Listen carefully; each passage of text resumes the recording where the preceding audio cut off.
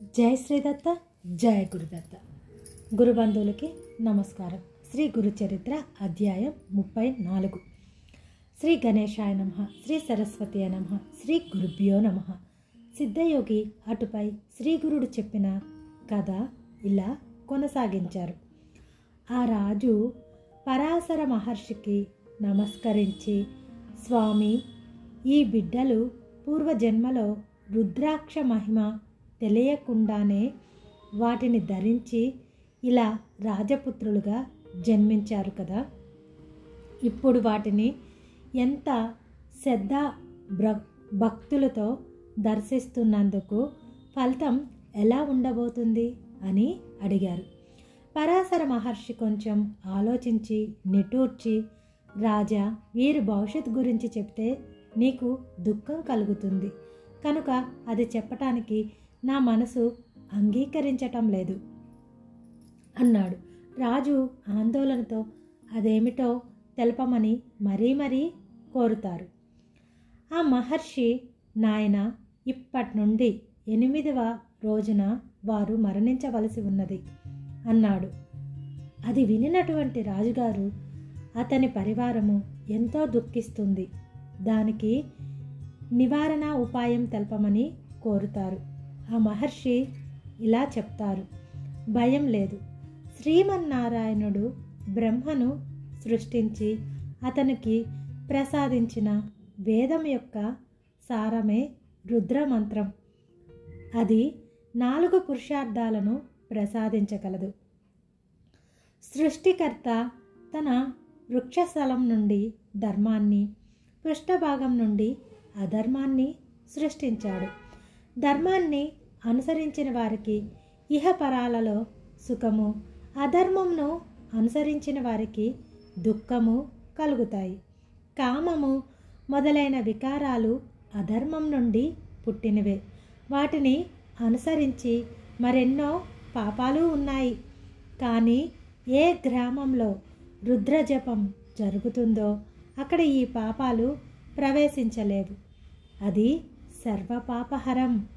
పూర్వం రుద్రమంత్రం జపం యొక్క ప్రభావం వలన పాపులు కూడా పరిశుద్ధులవటం వలన యముడు బాధపడి బ్రహ్మకు విన్నవించుకున్నాడు. అప్పుడు బ్రహ్మ, యమధర్మరాజా, మదాంధులు, తమ తామస్సులు, భక్తి లేని వారిని మాత్రమే నువ్వు దండించాలి.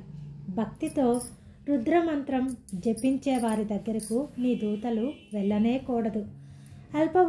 అల్ప ఆయువు కలవారు కూడా దానివల్ల దీర్ఘ ఆయువు పొందగలుగుతారు.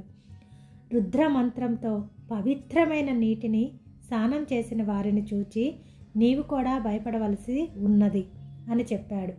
కనుక రాజా, నీవు భక్తితో రుద్రాక్షలు ధరించి సద్బ్రాహ్మణుల చేత 7 రోజులు నిరంతర రుద్రాభిషేకం చేయించు.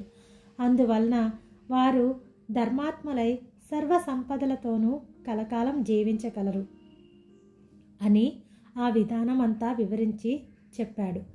ఆ రాజు ఆ ప్రకారమే 100 మంది సద్బ్రాహ్మణుల చేత 10,000 మంది రుద్ర మంత్ర గానంతో 7 రోజులు రాత్రింబౌలు సతత ధారగా శివునికి అభిషేకం చేయించారు. నిత్యము అభిషేక జలంతో రాకుమారులకు స్నానం చేయించారు. చివరి రోజు సాయంత్రం ఆ బిడ్డలిద్దరూ స్పృహ తప్పి పడిపోయారు. అప్పుడు పరాశర మహర్షి రుద్రమంత్ర జలంతో వారి మీద చల్లాడు. వెంటనే వారు లేచి కూర్చున్నాడు.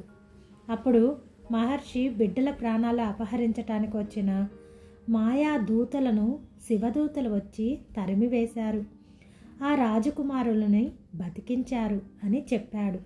రాజు ఆ సంతోషంతో గొప్ప ఉత్సవం చేసి అంతటి ఉపాయం చెప్పిన మహర్షిని పూజించాడు. ఇంతలో నారదుడు అక్కడకు వచ్చి ఆ రాజకుమారులకు 12వ ఏట అపమృత్యు భయమున్నదని, అది తప్పితే పూర్ణ ఆయుర్దాయం ఉన్నదని చిత్రగుప్తుడు యమధర్మరాజుతో చెప్పిన విషయం తెలిపాడు.